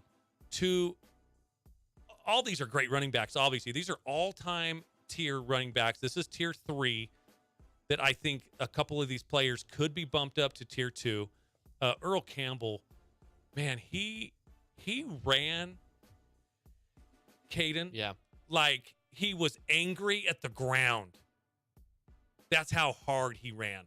It's one of those guys. Earl Campbell, and his thighs were the size of your torso. Just a big old Derrick Henry style running back. The big guys. He was so powerful. And one of the things that I liked about Marcus Allen was, again, you know, he was before LT, but he was also one of those players that did everything. He was a third down back. He was a first, second, and third down back. LT took it to the next level than even Marcus Allen. But Marcus Allen was one of those guys that could do everything. You can put him in the pass route, the running tree, or the passing route tree. You can put him I formation behind and run the ball. He even played a little fullback and led Bo Jackson. I mean, he would block for Bo Jackson. I mean, this guy did everything, even threw for a few touchdowns. Yeah. So again, that's one thing that I would do is maybe bump Marcus Allen up a little bit. And man, tier 4. is even full of some great guys. Yeah, I got a sneak peek at tier 4. I mean, you got the bus, Jerome Bettis, Of course. Bo Jackson. Now, I do have to say, Bo Jackson, He would have been higher. if he would have been healthy, he would have been in that top tier. No question if he could about have been it. healthy and played a few more years, he's jumping But it feels massively. it feels a little wrong to put Bo Jackson and Frank Gore. Again, not to take anything away from Frank Gore, but Put it him in the feels- same put him in the category. same tier. I'm like, oh my God, I would take Bo Jackson any Yeah, day yeah. over Bo Jackson or over Frank Gore. Then you've got John Riggins, Franco Harris, one of my favorite running backs growing up back in the 70s. Edgerrin James and Sean Alexander making an appearance on tier 4. Interesting. Yeah, looking at that list, I'm with you about the Bo Jackson. Bump Bo Jackson up a little bit. I think he at least deserves to be in the tier above that, even though, yes, he didn't play as many years as some of those other guys did. He was injured a lot, right? He doesn't have the career stats that some of these guys have. But you look at the games that he was in, he was impactful at such a high level Now- every game he touched. Now, did we mention Marshall Falk in tier 2? Yeah, we got to Okay. him. Well, I had a texter text in and saying that Marshall Falk is tier 2 minimum. Yeah, So he's tier 2. He's tier 2. Yeah, he was on the list. I'm not going to say some of the other words that he said in my text because we're a family show here at the Okay. Fan Sports Network. Yeah, no, he's a tier 2 and deservedly so a tier 2. Yes, I mean, absolutely, and- absolutely. And he's one of those that I would never bump down, and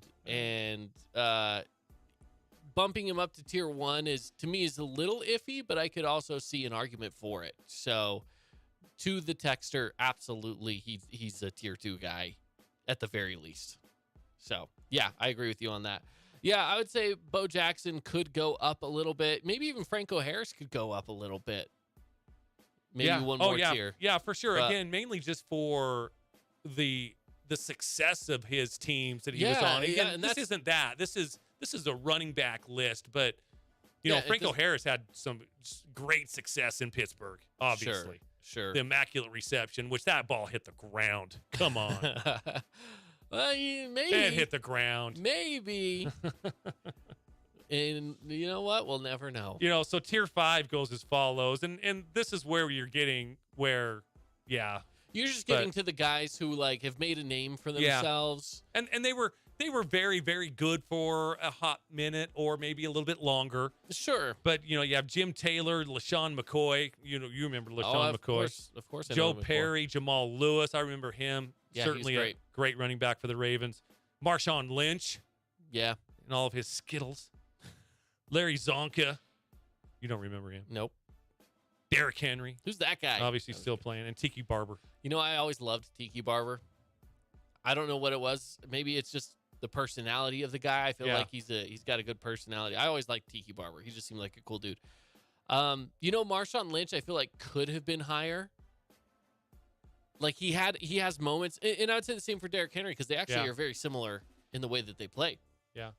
Guys that could be higher on that list, but And maybe they were a little streaky. You and- know, Marshawn Lynch was a little streaky well, sometimes. and maybe before it's all said and done, I mean, Marshawn Lynch is done, but Derrick Henry Derrick could Henry could move pop up that up. list a little bit too. Yeah, he's still He still has an young enough. opportunity. He's still young enough. But yeah, I love watching Marshawn Lynch play at the height. Like you look at his highlights and you're like, man, he was a beast, and he was. Yeah. But he also, you know, I don't know. He was just shy of being like outstandingly great. Yep. But I'll tell you what, man, you got players, you know, we just mentioned some of the all-time greats, obviously, you know, Barry Sanders, LT, Jim Brown, Walter Payton, Terrell Davis, O.J. Simpson. Yeah. And I mean, if you're That's a- on that list, we're talking, That's a killer list. you're talking about, and we just barely named off like what, 20 or so guys. So if you're in the top 20, I mean, yeah, that's insane. A lot of these guys can slice and dice. OJ especially. Yeah, I knew what you were getting at I know, there. I know. Oh man, were you an OJ fan? You know, I was. Pre OJ Absolutely. trial. Absolutely, I was. He had such a great personality, Caden. I mean, he was in all those Naked Gun movies where Uh huh. he and he had the Hertz commercials where he would be running through an airport. No, he was off the charts. I really did like OJ. And when it came out that he was, a suspect, my first thoughts were, oh my, are they kidding? Oh, there is no way OJ Simpson did this. No way. Mm-hmm. Because he was so liked by America. Yeah. So weird that he turned out the way that he did and how all that turned out. But yeah, no, I did. I was a big OJ fan before, because he played football. Like I was young when he was still super relevant. Yeah, exactly. Yeah. Playing football. My relevancy with OJ was his sideline reporting and being in the Naked Gun movies and the Hertz commercials. Gotcha. So, I mean, when he was still in his heyday, I was 4, 5, 6 years old. Yeah. So, yeah. But yeah, everybody loved OJ, and they're like, no. I was like, no way did OJ do this. Well, yeah. I mean, he's free. He's a free man. He could cut on a dime and on the field, and he could cut. Well, never mind. The glove didn't fit. If the glove doesn't quit, you've got to quit. Oh my gosh. There's a comedian that goes off about the OJ trials, and it's just like, he talks about how it was must-watch TV. Oh, and was. Everyone was tuning into the OJ trials, and it was just that's what they everyone could talk about at the time was the OJ trial. And Caden, it was crazy. And I just don't know. I was not a part of that. It was a crazy time in America, and it was, we really didn't have, CNN was around, those the full-time 24-hour news channels, they were still, I don't know if they were in their infancy, but they were still toddlers for sure. I mean, it was kind of new. They were there, but it wasn't like everyone was constantly tuning into them like they do nowadays. So, but yeah, anytime OJ was mentioned or anything, it was must-see TV. The court, I really think that's where court TV came out of, was due to OJ Simpson.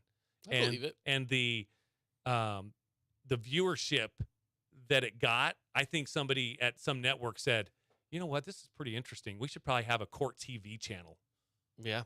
And then here comes Judge Judy. And then, then all those others, yeah. Oh, man. Yeah.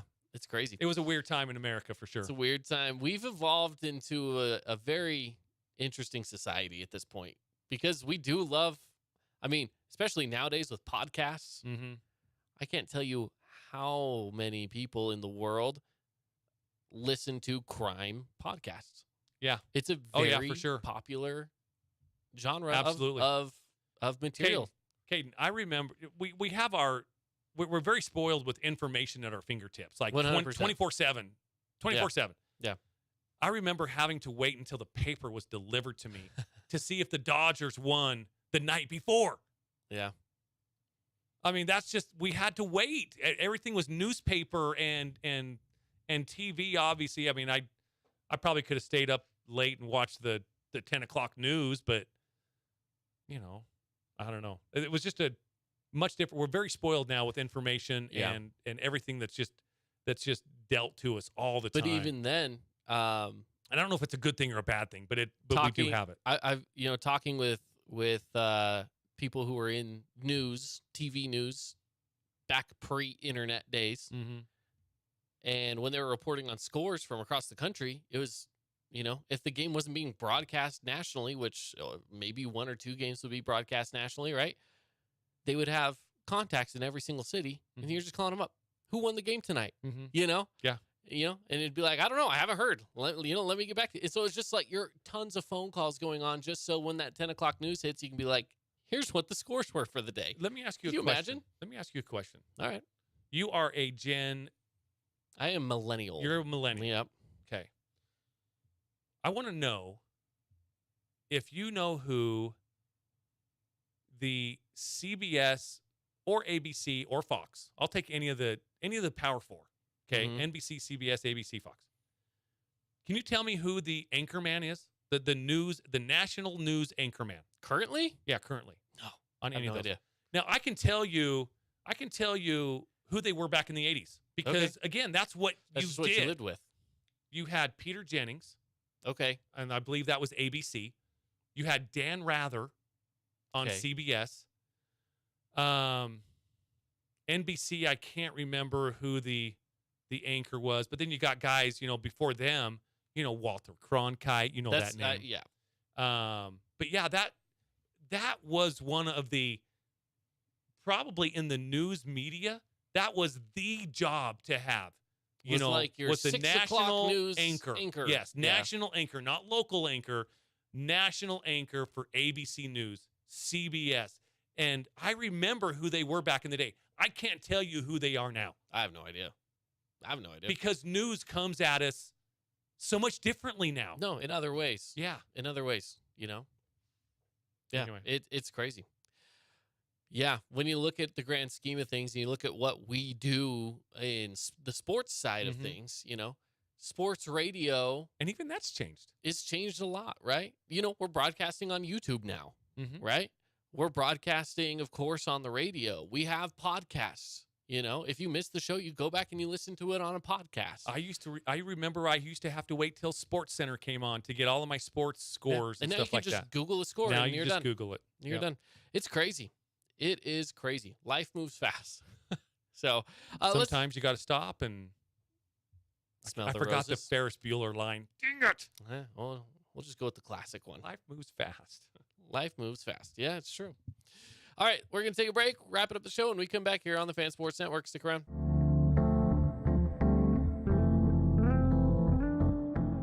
Did you know that St. George News has a new app? Download the St. George News app today and stay up to date on everything happening in Southern Utah. Get instant notifications on news, weather, sports, and more. Download the app today and get your local news now.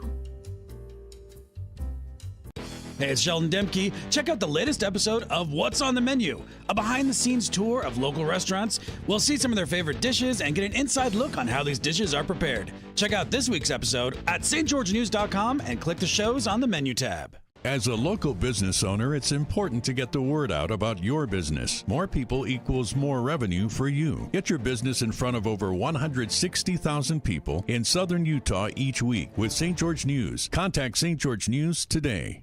Media is everywhere. It's a part of our daily life, our routine. Not just for entertainment, but to stay informed. Local media has the biggest impact on your daily life. It's what's around you, what matters. And at Canyon Media, our goal is to deliver the very best in local entertainment, news, and media. From our award-winning radio stations like 99.9 Coney Country to Southern Utah's #1 source for local news, St. George News, we believe in delivering free, fast, and accurate local news, entertainment, and information to all of Southern Utah through our entertaining on-air personalities and music, compelling local shows, and community events like the City of St. George 4th of July celebration and charitable events like Coney Corns for Kids. From our entire team of dedicated designers, videographers, salespeople, digital marketers, writers, and on-air talent, thank you for letting us be a part of your daily life. Canyon Media, here for you.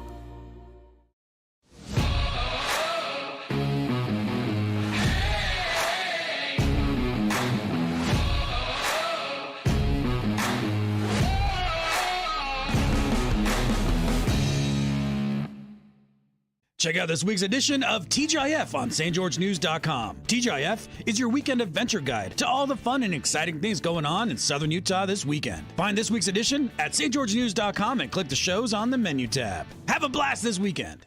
Hey, it's Caden Formaster. And Mark Musgrave, the voice you know with the Fan Sports Network. Check out our local sports radio show, From the Bleachers, live every weekday from 4 to 6 p.m. Listen to us on the radio on 99.5 or 95.3 FM. You can also listen through the Fan Sports Network app or watch the show live on the Fan Sports Network YouTube page. The Fan Sports Network is your home of Utah Tech Trailblazers, high school sports, and the pros. The Fan Sports Network, Southern Utah's home for local sports.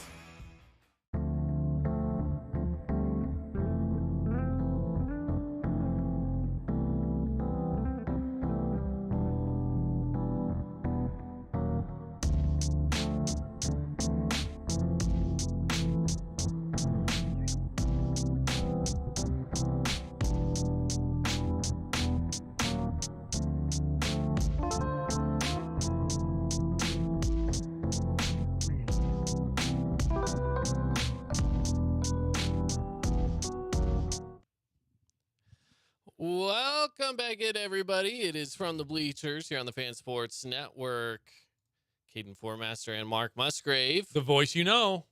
Wrapping up the show here on this Tuesday, the 9th of May. Appreciate you guys joining us, whether you're listening on the radio 99.5 or 95.3, or those watching online on YouTube as well. We appreciate you wherever you catch us. And if you did miss the show and maybe you want to go back and listen to something we were talking about, you can actually just go back to the YouTube page and all those live videos get archived. So just go to our YouTube page. If you're not subscribed, subscribe. And just go to the From the Bleachers playlist. They're all right there. Or go to the live stream playlist. And also, too, wanted to remind people, or even just let them know, because maybe this is not a reminder. Maybe this is the first time you're hearing it. But this week is Teacher Appreciation Week. Since I am married to a teacher, they are very close to my heart. And there's a survey. 75% of teachers said they'd like to have appreciation shown through gift cards. As I say, money. Yeah, gift cards and items purchased off of their Amazon wish lists. Now, I will tell you, Teachers should have Amazon wish lists. oh, for sure, If you absolutely. don't, they should. So I'm just trying to decide if I want to say this or not. Okay. I don't want anybody to get mad at me. Mainly the woman that I'm going home to. Fair. So she gets like these gifts sometimes. Okay. And they're great gifts. Uh-huh. But there's one particular one, and I'm not going to say what it is, but she just doesn't like it. And it's something, or she doesn't use it. And it's something that's given out I'll tell you what it is off air. But it's something that's given to her all the time. And thank you. I mean, she appreciates it for sure. But it's always something that we have to regift. Yes, we do regift, by the way. I regift sometimes. Of course, you have to. Come on. And the people that we give it to love it. Yeah. Yeah. You regift things sometimes. It's fine. It's just one of those famous spots here in St. George that she gets, a gift card to or whatever. Mm-hmm. And she just doesn't partake in that. So anyways, I'll let you know what it is off air.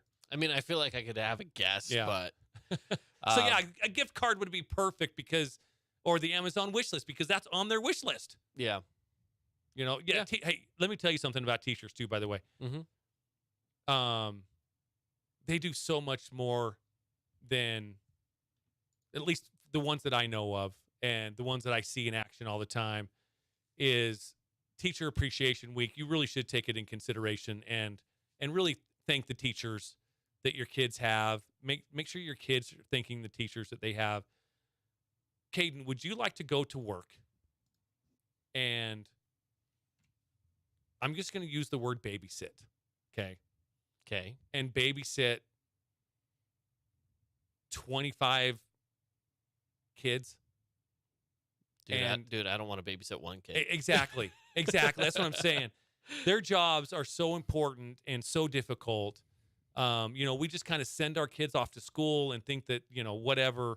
But then you also have to you have to appreciate it. You also have to make sure that they're in their spot and they're being quiet and I know they're paying attention. And I know teachers chose their profession. I get it. But it is a tough profession and a very important one, if not the most important. Hey, I'll tell you this right now. I actually, when I was in college, there was a point where I was on the career path of being a teacher. Mm-hmm. I was going to be... You'd have been a good one. I was going to be a history teacher. My useless knowledge.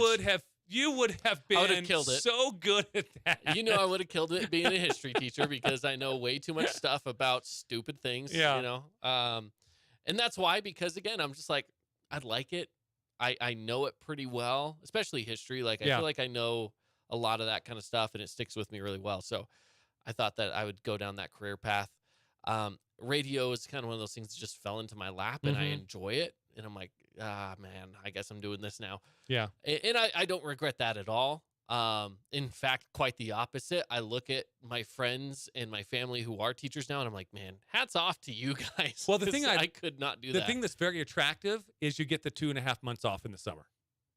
That's very true. That's very That's attractive. one of the reasons why I considered it. I was like, ooh, how about a little vacation? Yeah. All the time. That sounds great. Now, we're going to run through MLB scores to finish up this last segment, but we're coming to an end. The only score that you need to know is the Dodgers are up 2-0 over the Brewers. The Rockies are killing it against the Pirates. Okay, we'll get that one out there, That's too. a good one, too. Let's go Pirates. Yeah, well, sure. I don't really rooting care. for the Pirates, dude. I'm indifferent on that one. It doesn't mean anything to me. All right, everybody, have a good one. Thanks for joining us on the show today. More coming up again tomorrow as well. The Drive, 7 o'clock from the Bleachers, right here, 4 o'clock every day. We'll see you.